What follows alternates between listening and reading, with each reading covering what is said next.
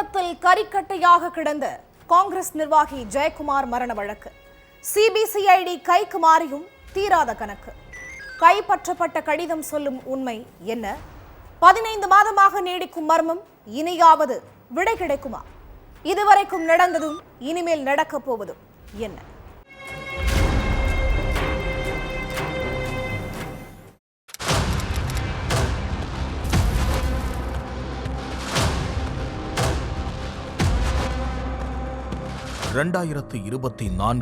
மே 4ஆம் தேதி தன்னோட வீட்டு பின்புறத்தில் உள்ள தோட்டத்தில் இருந்து எரிந்த நிலையில கரிக்கட்டையா மீட்கப்பட்ட நெல்லை கிழக்கு மாவட்ட காங்கிரஸ் தலைவர் ஜெயக்குமார் உயிரிழந்து கிட்டத்தட்ட 15 மாசமாகியும் அவருடைய மரணம் கொலையா இல்ல தற்கொலையான இப்ப வரைக்கும் சரியான காரணம் தெரியாம மர்மமாவே இருக்கு.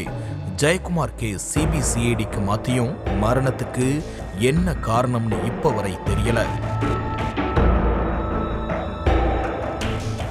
ஜெயக்குமார் மரண வழக்குல சிபிசிஐடி முறையான வழியில விசாரணை நடத்துச்சா இந்த மரண வழக்குக்கு பின்னாடி அழிக்க முடியாத பெரிய சதி ஏதாவது இருக்கான்னு இப்படி நிறைய கேள்விகள் இப்ப வரைக்கும் எழுந்துட்டு இருக்கு. மே 2ஆம் தேதி வீட்டுல இருந்து கிளம்பின ஜெயக்குமார் நீண்ட நேரமாகியும் வீடு திரும்பல. போனும் சுவிட்ச் ஆஃப். பல இடங்கள்ல தேடி பார்த்தும் கிடைக்கல. அதனால பதற்றமான ஜெயக்குமாருடைய பையன் கருத்தையா ஜெஃப்ரின் இரவோட இரவா காவல் நிலையத்துல போய் கம்ப்ளைண்ட் கொடுத்திருக்காரு. அந்த புகார் அடிப்படையில வழக்கு பதிவு பண்ண போலீஸ் 3 தனிப்படைகளை அமைச்சு தீவிர தேடுதல் வேட்டையில இறங்கினாங்க. அடுத்த 2 நாள் கழிச்சு, அதாவது மே 4ஆம் தேதி ஜெயக்குமார் அவருடைய வீட்டு பின்புறத்துல உள்ள தோட்டத்திலிருந்து எரிஞ்ச நிலையில சடலமா மீட்கப்பட்டிருக்காரு. ஜெயக்குமாருடைய கை கால்ல இரும்பு கம்பியால கட்டப்பட்டு வயிற்றுல கடப்பாக்கல்ல கட்டி வச்சு உடல் முழுக்க எரிஞ்சு போய் கரிக்கட்டையா மீட்கப்பட்டது அரசியல் வட்டாரத்தையே அதிர்ச்சியாக்குச்சு. ஜெயக்குமார் சடலத்தை போஸ்ட்மார்ட்டத்துக்கு அனுப்பி வச்ச போலீஸ் புலன் விசாரணையை தொடங்கினாங்க. இதுக்கிடையில போஸ்ட்மார்ட்டம் ரிப்போர்ட் மாவட்ட காவல்துறை கண்காணிப்பாளர் சிலம்பரசன் கிட்ட ஒப்படைக்கப்பட்டுச்சு. அதுல ஜெயக்குமாருடைய குரல் வலை எரிஞ்சு போனதோட நுரையீரல்ல எந்த திரவமுமே இல்லாம உலர்ந்து போய் இருந்ததா போஸ்ட்மார்ட்டம் ரிப்போர்ட்ல குறிப்பிடப்பட்டிருந்திருக்கு. ஏற்கனவே உயிரில்லாத ஒரு சடலத்தை எரிச்சா மட்டும்தான் குரல் வலை முழுசா எரியும். நுரையீரல்ல திரவமும் இருக்காது. உயிரோட இருக்கிற ஒருத்தரை எரிச்சா இதெல்லாம் சாத்தியமே இல்லை அப்படிங்கிறது மருத்துவர்கள் தரப்புல இருந்து சொல்லப்பட்டுச்சு.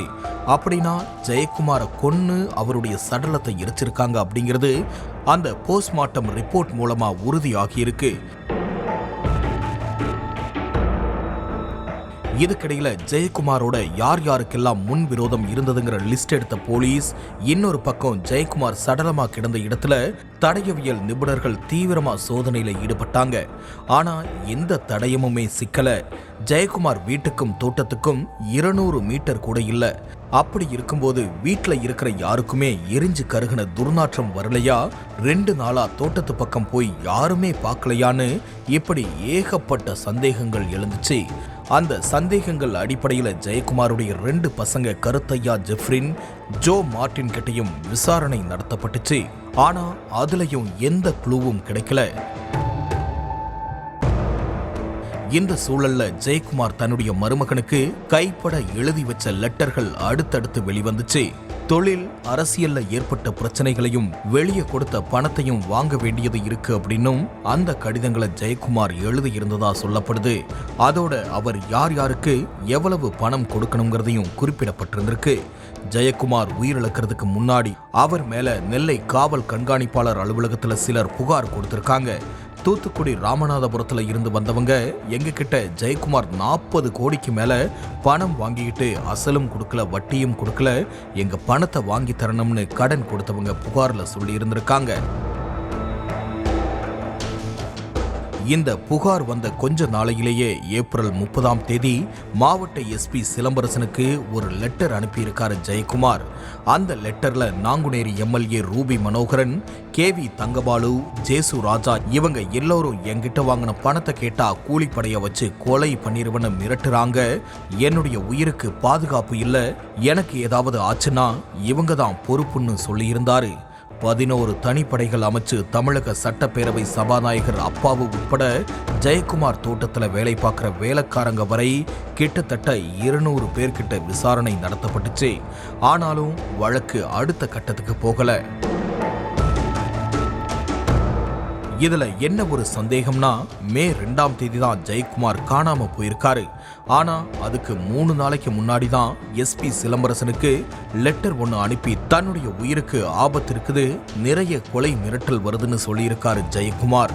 அப்படி இருந்துமே ஏன் போலீஸ் ஜெயக்குமாருக்கு பாதுகாப்பு கொடுக்கலங்கிற கேள்வியும் எழுந்திருக்கு. ஜெயக்குமார் மாயமான அன்னைக்கு திசையன் விலையில் உள்ள ஒரு கடைக்கு போய் டார்ச் லைட்டுக்கான பேட்டரி வாங்கியிருக்காரு. அந்த பேட்டரி கூட அவருடைய வீட்டில் தான் இருந்திருக்கு. கடைக்கு போயிட்டு வீட்டுக்கே வரலன்னு ஜெயக்குமார் வீட்டில் உள்ளவங்க சொல்லியிருக்காங்க. அப்படின்னா பேட்டரி மட்டும் எப்படி வீட்டில் இருந்துச்சு அப்படிங்கிறதும் கவனிக்க வேண்டிய ஒரு விஷயம்.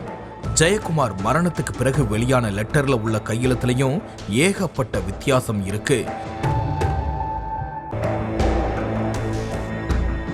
ஜெயக்குமார் மரண வழக்கு சிபிசிஐடிக்கு மாற்றி கிட்டத்தட்ட 15 மாதங்களாகியும் இந்த சந்தேகங்கள் எதுக்குமே இப்ப வரைக்கும் விடை கிடைக்கல. அமைச்சர் KN நேரு சகோதரர் ராமஜெயம் கொலை வழக்கு எப்படி சலனமே இல்லாம கிடக்குதோ அப்படிதான் ஜெயக்குமாருடைய வழக்கும் 15 மாதங்களாகியும் கிடப்பிலேயே கிடக்குது. சிபிசிஐடி அதிகாரிகள் முறையான நடவடிக்கைகளை இறங்கி விசாரிச்சா மட்டும்தான் உண்மை வெளியே வரும். ஜெயக்குமார் வழக்கு மட்டுமில்லாம சிபிஐக்கு மாற்றப்பட்ட ராமஜெயம் இந்த 2 மரண வழக்குகளுக்கும் ஒரு முடிவு வரும்.